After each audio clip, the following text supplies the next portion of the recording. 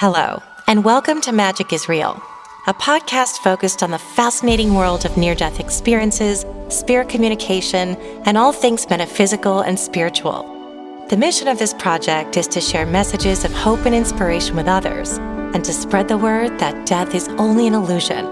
Thank you for being here with an open heart and mind. I wish you peace, light, and love always.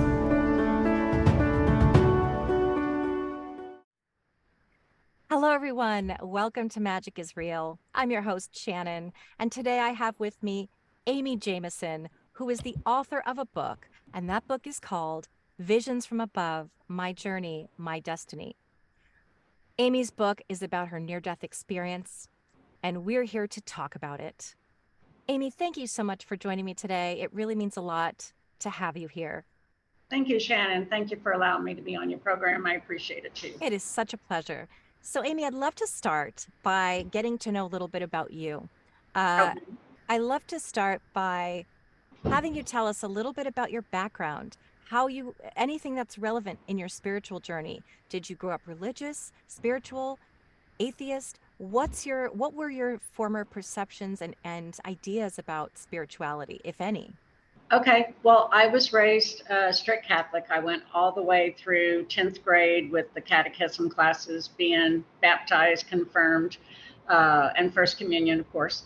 So I always had a very strong belief in Jesus and the angels and the afterlife. The problem I always had with that was, before I had my near-death experience, was I couldn't understand, how could you be three people in one? How could you be the Father, the Son, and the Holy Ghost? I really didn't even know what that meant, to tell you the truth. Even though I had all of the schooling and the classes, it was a difficult procedure to understand.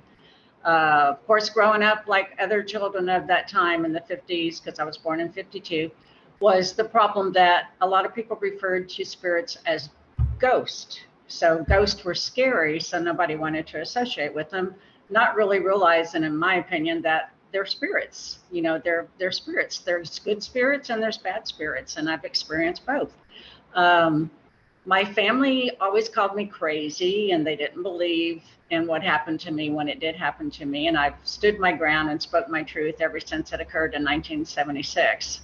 And they didn't believe me because my mother was Irish Catholic, old style belief, and they were told that, that doesn't happen to people. Near-death experiences aren't real, and you don't know anything, and you don't know what God wants you to do, or, only God knows that. So it's very difficult. And it wasn't until the last 4 years, I would say, that my mother finally accepted it. And my youngest brother finally accepted it, because he saw the spirit of his very best friend who passed away in his garage. He saw him in his garage later as a spirit.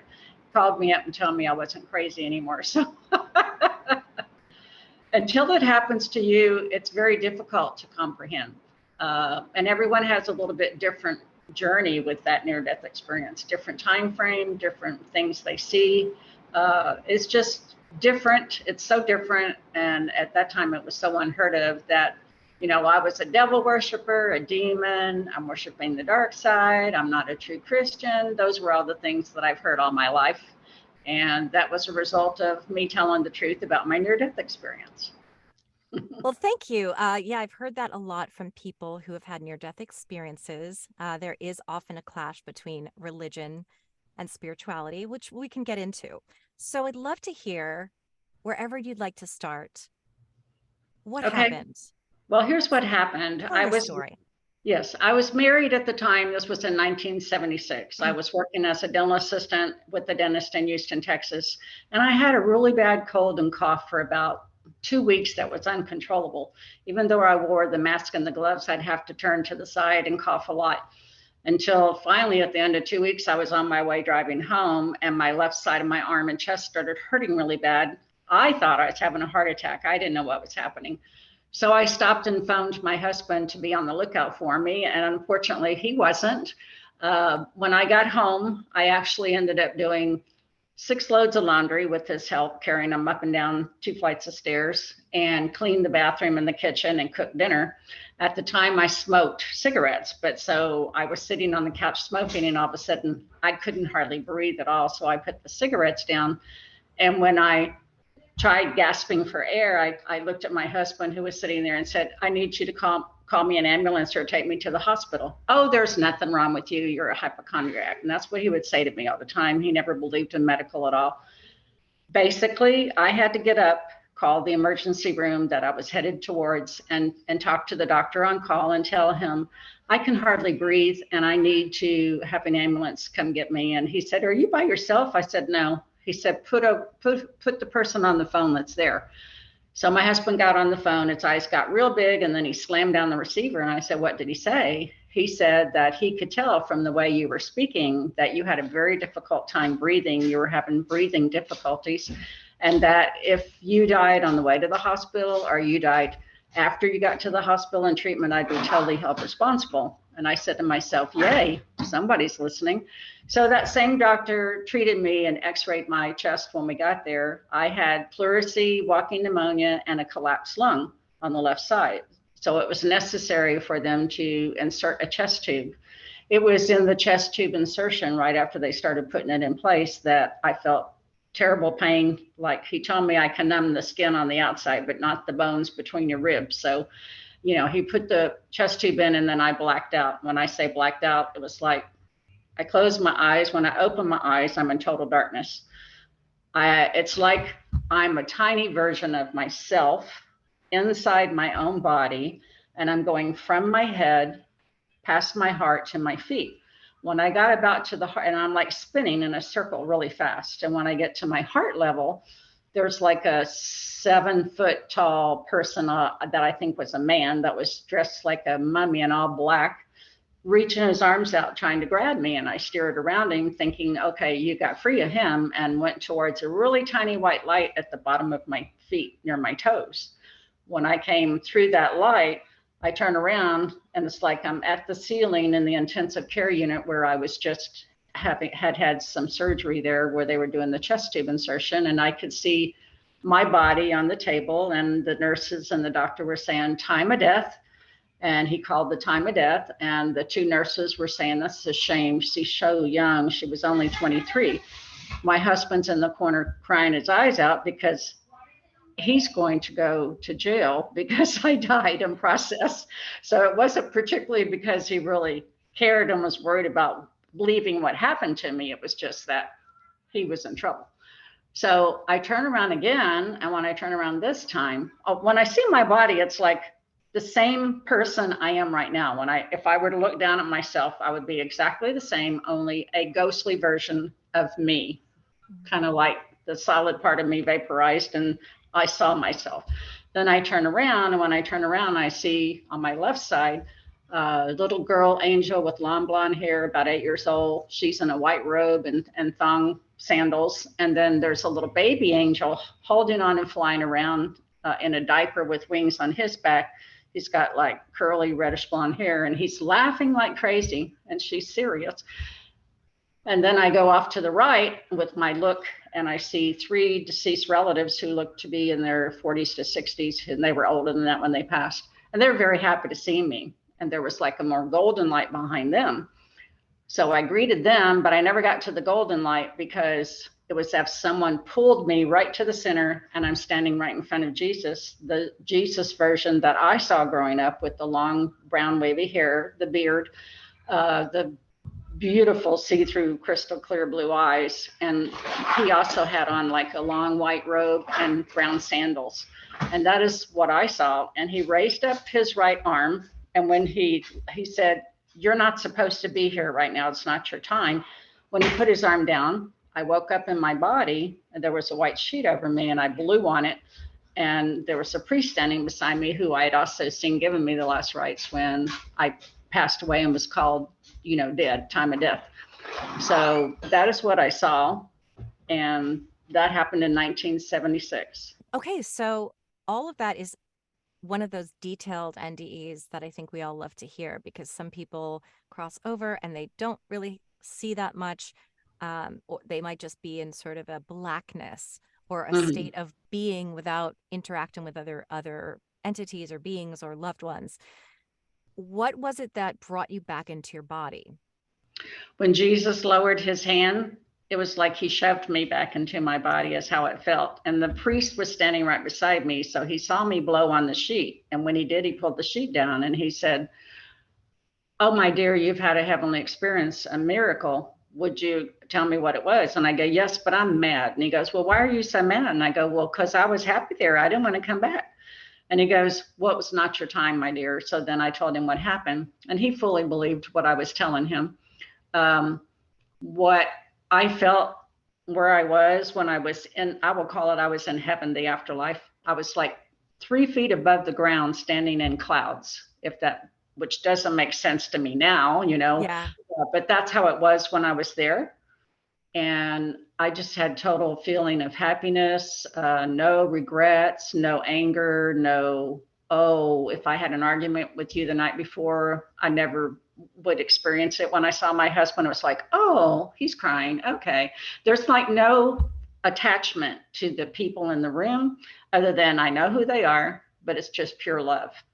And there is one thing I would like to say about that. So people Yeah. have asked me over the years, if there was one thing that you could relate that really happened to your near death experience that you would like for other people to know, what would that be? And I'd say, well, it would be this. Let's say I had a very bad fight with you the night before I passed away, and you're my brother, sister, mother, whoever you are, and we both have feelings of anger and hurt.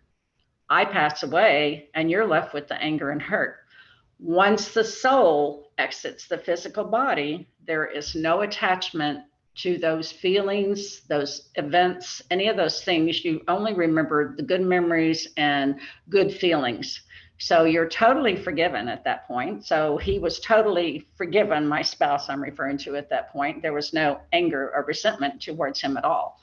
So that's what I like to tell people. And I believe over 42 years that this has happened to me, where I see things before they occur, which is mostly with immediate family members or very close friends.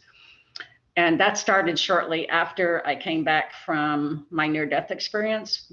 So, Amy, after you had your near-death experience, first of all, I'd love to know what sense did you make of all of this? Did you understand what had happened?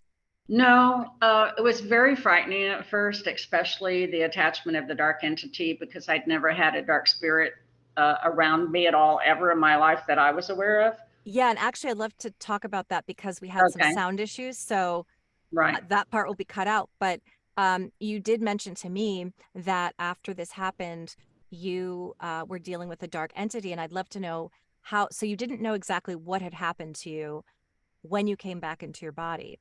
And then did life kind of just resume as normal? And then this started to happen where you had. Well, what happened was life resumed as normal, but strange things started to occur. Okay, yeah.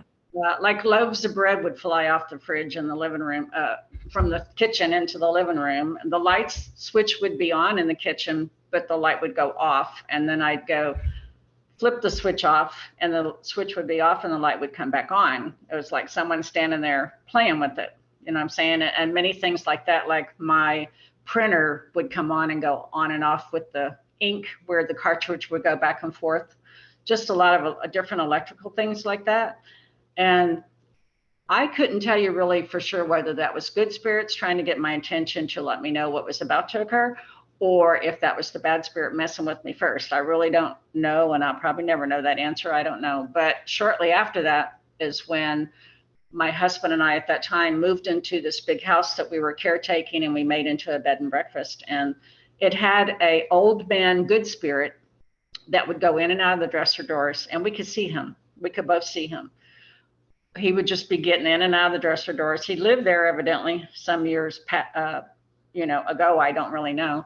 And the owner had warned us that there was a good spirit there, and there was also a little girl spirit there who would roll down the stairs and laugh, laugh, laugh, and we could all hear that.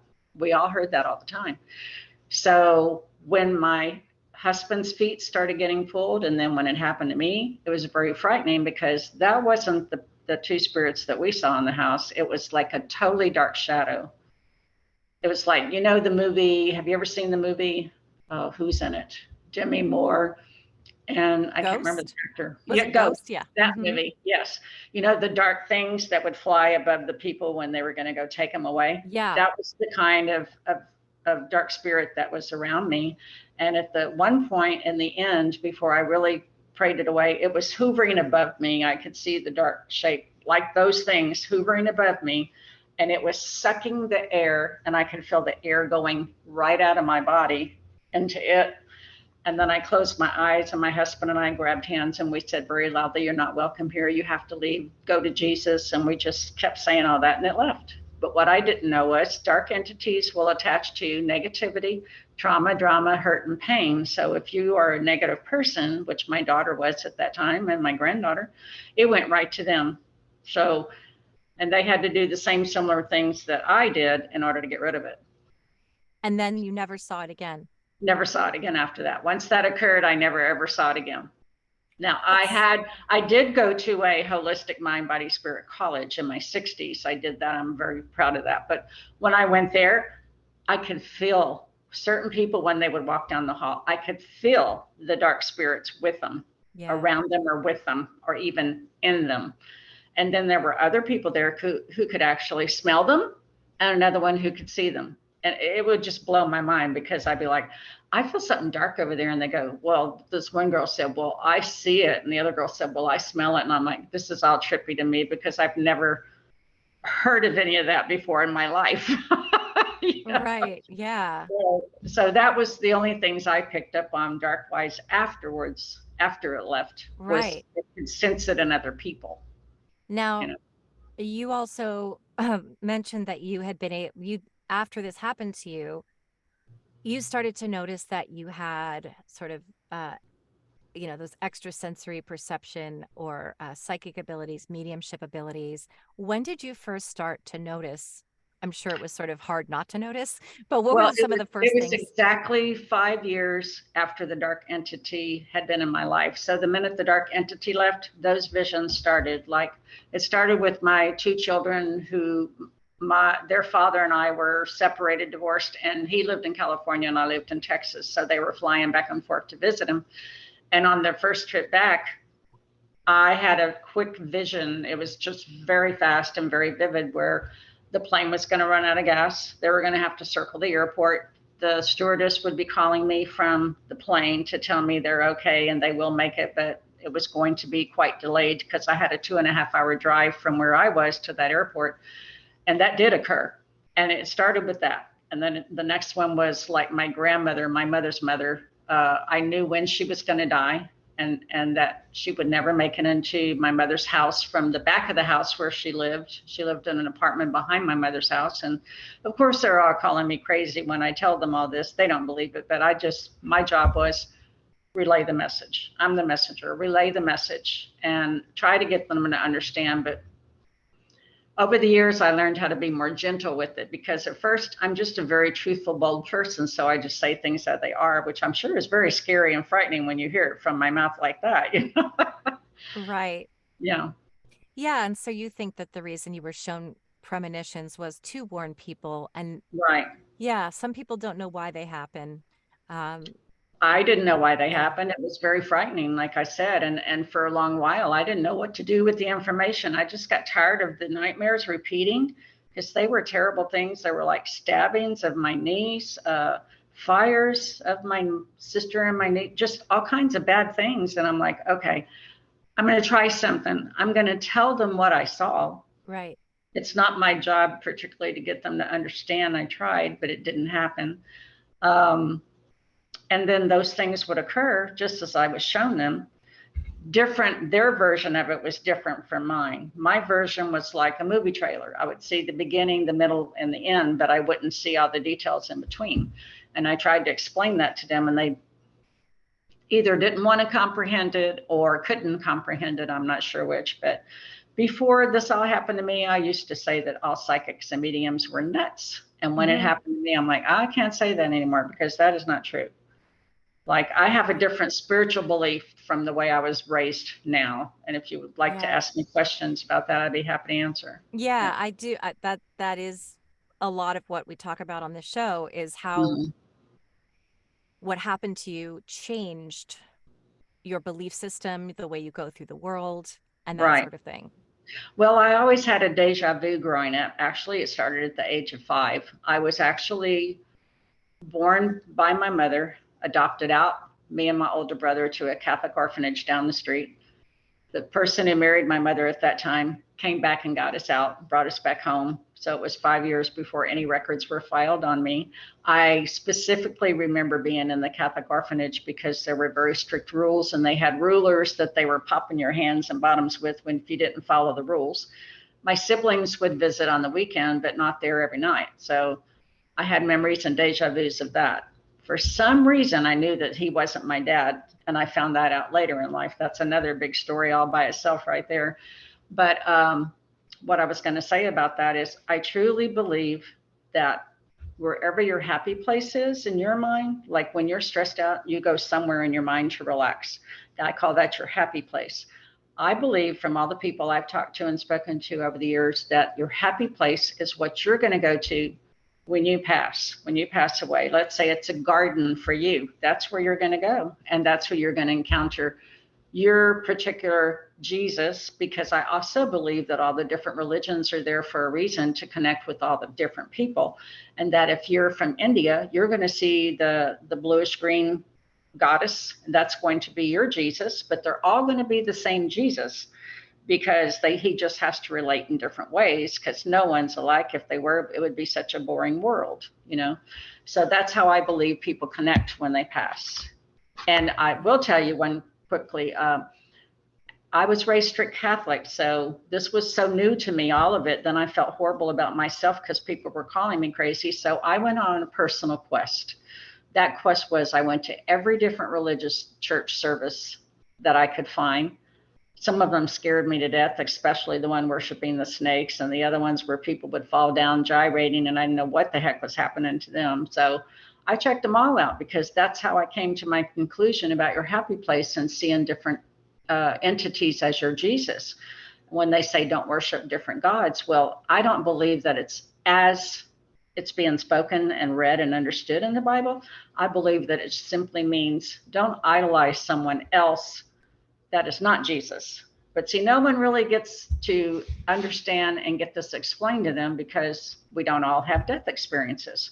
So that's what I felt after I came back from my near-death experience, was that he relates in different ways to everyone. Like my spouse was atheist, and he would always say, at the time that this happened, he said, I don't believe in a Jesus or religious beliefs. I believe that a Jesus is a supernatural superpower. He's an alien. I'm like, I used to call him crazy for years before that happened to me. And then I started thinking, he is a superpower, and he does have certain special abilities. So who's to say he's not an alien to some people? I don't know. I mean, it all sounds crazy, but once you have a near death experience and you start experiencing these different things, it's easier to comprehend than it is before it happens. Yeah, I do. I have heard similar themes that Mhm. I think people see what they're most comfortable with, what they relate Right, with. right. And that's why some people say, no, no, no, I'm sure that my religion is the right one, or my, Exactly. And that's what I'm referring to. Everyone has a yeah, different belief, and you're going to be shown in your own belief yeah, that same person I saw, but as a different version. However, right, you were raised to see that person. That's what I. right. And yet almost every single near-death experiencer who does interact with other entities, it's always, not always, I don't want to speak for everyone, but it's Right, often angels, Jesus. So right. if there are people out there saying this is a hallucination, this is just the mind shooting out endorphins at the last minute, why is everybody having the same hallucination, whether it is literally Jesus or it is some other god, representation of source? It just seems like as we're dying, why are we all having that same experience? I didn't, I say it hasn't happened to me, but why Right. are we all having that same sort of spiritual or religious experience instead of seeing a carnival with circus elephants or animals or anything else? So I don't thank you. know. I've had some people say they've seen their animals in heaven, so Oh, I oh don't. no, yeah, for Yeah. sure. I'm a medium and I often have animals communicating with me as well. Okay. We're all souls. So I find that really interesting and I love that. I think it's beautiful that you did expand your own understanding and that you Mhm. you kept an open mind and said, well, I was raised this way, but let me explore other ideas. And that's Exactly. what I aim to do on this podcast as well. Is I don't want to hear just one side. I want to hear Right. all experiences, all perspectives. It doesn't matter to me what religion you are. I think it's all important information to help us piece it all together. It Um, is. and now you also said that you now tell us a bit about what it is that you do now, because I know that you do work with angels and Okay. that sort of thing. So I'd love to know. Well, this this near-death experience gave me a vision one night. It was Halloween, night before Halloween, actually, one night about in 2014. And there's people that speak to me. I call them the elders of heaven. They're like the guardians of a giant mansion in the sky called Akashic Records that houses all of the records of all the people on earth. Okay. I know this sounds crazy, but it's just the way I saw it and understood it. So they told me that I have a book in my possession. I've always wanted to write a book. I need to write the book. I'm going to sit down tomorrow and set a timer first for 5 minutes and just start writing whatever I want to write about. Then I'm going to set it for 10 minutes and keep writing whatever I want to write about. And then 15 minutes. And I did exactly that. But here, what they said in their vision was this: you're going to get up, set the timer 3 times, start writing. After that, you're just going to write whatever you want to write. You have all your content you've had for over 40 years already. And you're going to write a book. You're going to get it out in 6 months. And less than 3 months after that, you're going to start being known as the person who wrote that book and what it's about. That's exactly what I did. I started writing about my near-death experience. I had every event that I'd ever seen before it occurred and written it down. The only thing I didn't do was I didn't have it in chronological order. And so I took it like an English project. Oh, chapter 1 through whatever chapter, and get it all in order and then write it that way. And that's exactly what I did. I think I edited about 30 times before I sent it to an editing Balboa Press, who published it. I did self-publishing with it, and I called it Visions from Above, My Journey, My Destiny, because that's exactly what it is and what I saw. And I was looking online one day in 2014. Okay, how am I going to advertise this? Because I learned too, the person who was going to advertise the book was me, which I wasn't real great at speech. So I took speech class twice in order to get more comfortable with the public to do that. I looked up flea markets, bazaars, all kinds of events, to festivals to market my book, and I did, where I would do information about that. I also did angel card readings. Before I tell you about the angel card readings, I'll say, when I was marketing and looking for places to take my book to advertise, I came across an ad on every page on my computer at the time, and it said, Sweeha, Sweeha. I'm like, what is Sweeha? And it did all day for about 2 hours while I was on there. I shut it down. I got aggravated. And then I sat at the TV and turned the TV on to watch the TV. Oh, lo and behold, the very first commercial that was on the TV was Sweeha. So I wrote it down. I copied the number. I called them. It was a mind, body, spirit, holistic based, accredited, nationally accredited college in Tempe, Arizona. And I went there and I started with life coaching classes, which life coaching not only helped the other person I'm trying to help, it helped me release all the negativity, trauma, and drama that happened to me over my life. It sent me on a journey. I changed my major 5 times in that college. I did a 4-year program in 3.5 years where I did it intensively, 2 nights a week and every other weekend, the entire weekend. And I took hypnotherapy, life coaching, Ayurveda, stress management, everything you could think of. And I loved it. And so then I became a master life coach, a hypnotherapist, a licensed hypnotherapist. I'm also, it also took me on the journey of each one of those classes. We would do a test to see what our life purpose was supposed to be, because I could never figure that out. So each time I got priest, priestess. And I said to my spiritual coach one day, I don't want to be a priest or a priestess. I grew up in the Catholic religion. I revolt against the Catholics because of what the men did sometimes. So he goes, let me ask you something. What did you do? Didn't you say you worked in dental as a dental assistant for 27 years? I said, yes, I did. He goes, you did several rooms at one time, right? I said, yes. He goes, what would you be doing with the patient while the doctor was in the other room with another patient? I said, I'd be sitting beside him, talking to him, getting to know them, trying to make them feel more relaxed and comfortable before he came in to do their procedure. He goes, You were ministering to them. Now, do you understand why you're supposed to be a minister? I go, oh, okay. I can do it when you use that word. So then I switched my major to ministry and I became an ordained minister, non-denominational. Wow. So in the same college. So I'm also that. And I'm a nanny by day. Wow. Then I was doing a makeup class one day because my brother had some health issues in Texas, and this was in Arizona, and I had on a whim went to the bookstore there and bought a deck of angel cards. No, I didn't know what I was going to do with them and what I bought them for. And the teacher saw them. We went to the restroom and came back. She goes, "What are we going to do for your makeup class today?" She goes, "Oh, I know." And I said, "What's that?" She goes, "You know that deck of cards you bought on the table there you have by your laptop in the room?" I go, "Yes." She goes, "We're going to do live card readings online through the school. The whole school will be watching as you do it tonight. You're going to do a card reading." I'm like, "Okay." I didn't know what to do. It was like I sat down, I shuffled them, I tapped out the negative energy, and I would feel very strong vibrational feelings when I touched certain cards. I'd say to the person, "You hold the thought, question, or concern in your mind that you would like the angels to help you with or answer, but don't tell me what it is, because I don't want to interject my feelings and mess you all up." So that's what I did. And when I did it, I did her, the teacher, and everything I told her, she says, "You're 100% right on, because this happened today, this happened, and this happened," which I didn't know. And so that's how it started. And then I started doing angel card readings voluntarily after school every Friday night for 2 or 3 years. And they say, "Well, your lines are the longest. And, we love it when you volunteer." I go, "Well, thank you. But I'm just, doing what I was told to do and being real. And I really like helping people. So that's what I do. I do angel card readings too." So as a part of this process with you tonight, I am offering $10 angel card readings to anyone who is watching the program who would like to have one or two questions answered up to about 30 minutes in time. Normally it's more than that, but I won't go into any of that. So I'm doing it as a special. Okay. Awesome. Yeah. Great. And do you want them to use a promo code or No, actually, they're just going to say that they saw me on your show okay.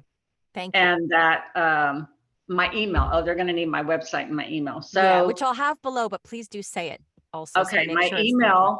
email, my given name is Cherie Lee, and my email it's backwards. It's LEECHERIE 66 @gmail.com. So it's Lee Cherie 66 @gmail.com, and my website is www.CHERIEAZ.com. So when you go to my website, there are different pages, especially a guest page where you can leave comments about, I have videos on there and I have about my book on there. And then you can also let me know if you want to buy a book. You can go on Barnes and Noble. On Barnes and Noble website, the first chapter is free to read. And I think the book runs anywhere from, I want to say $8.99 to $13.66 the last time I looked on the prices.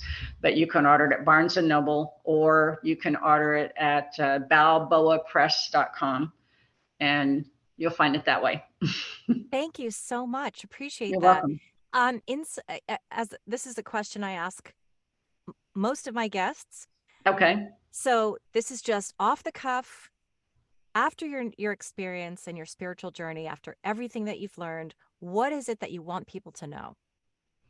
That's that question similar to the one where, what would you take away from your near-death experience? What I want people to know, that the people who are experiencing these near-death experiences or light beings or flashes of light, it's all very real, and they're all going to see it in different versions as they grew up. That's just my personal opinion after 42 years of checking with people who have had it happen to them, and what I feel from my spiritual experience. And what I want them to know is that if you do have bad feelings or bad arguments with someone before they pass away, they're happy, they're fine, they're always going to be around you. They're always sending signs like coins, feathers, songs on the radio when you're thinking about them, license plate signs when you're driving down the road when you're thinking about them. Those are all signs. They're always sending signs. They're always around us, but we don't always connect because trauma, drama, negativity, and pain, those things all block it. everyone has this same ability, but you have to get out of that mode and all those issues before you can connect to it. And that's not easy to do. It took me quite a while. It took me quite a while as well. And I have, Right. that's something I think we all can develop, but we have to first be aware of it. We have to believe in it. And then we just have to do the work to get still Right. and study if it's something that you want to do for a living. Yes, self-help books are really Yeah. great to start with as well. And then go to the different religions and check them out. If you don't feel comfortable where you're at and you're only there because your parents raised you that way, Yeah. you don't have to stay. Go check somewhere else. I will tell you that when I was 18 in high school, I had to do a thesis paper. I had never heard of Buddhism before. I didn't even know what it was. And for some reason, that's what I chose. So I did a term paper on Buddhism and I did really great on it. And then when I became a minister in my ministry classes, my two favorite religious sectors were Buddhism and Taoism. They were so Hmm. similar, but they're so more spiritual than they are religious. And Yeah. that's what I loved about it. And I must say that Hinduism is also very similar to those. So Hmm. Hinduism was also very much how I feel now, what I believe now with, the afterlife. And uh, uh, here's another thing I want people to know. Jesus died for everyone. So people think in their minds, well, oh, well, he raped somebody or he killed somebody, so he's not going to heaven. Well, I don't believe that that's true. I believe that when he said Jesus died for everyone, he died for everyone. What I believe is that you're going to be in a different realm temporarily until you learn your lesson, whatever Jesus thinks that is. In other words, you might be a worm in the earth, which Dr. Alexander Eben in Virginia had. He was a neurologist and he had the near death experience, and that's what happened to him. He became a worm of the earth first, Yeah. and different phases he had to go through to get to where he needed to be. So that's what I believe as well. And after reading Yeah. that, I understood it. I do Yeah. too. That's Dr. Eben Alexander's book, Proof of Heaven. Right. And that seems to be where I land too, that there is not hell, but there is a space of consciousness. And you kind Exactly. of reside in the consciousness and the energetic level in which your spirit resides as it's kind of figuring everything out. So I don't personally believe in punishment, like, you've done this and Right. therefore you're going here and you're going there, because we're all souls coming into flawed human bodies, Exactly. And you're going to fraying. keep repeating Yeah, everything that you do wrong until you get it right. So you're going to that's keep the coming point. back. Yeah, I believe in, now I've lost the word. Oh, reincarnation. I believe in reincarnation for that reason, because I believe you keep coming back into a different life as a different person or thing until you learn the lessons that Jesus wants you to learn. And I feel that truly is real. Yeah. Because I've had so many deja vus and places I've been to, it's like, I've been here before, or I know you, or something like that. And it's not like a twin person I see. It's like, I really know you, you know. Yep. I've had that too. Well, thank you so much. You're Amy welcome. Jamison, Cherie Lee is your Okay. given name, but Amy Jamison, the author, thank you so much for being here and thank you for sharing your story and your wisdom, your insights, and all of your ideas with us. Check out the book. Again, the links will be below. Thanks again, Amy, for being here. Thank you.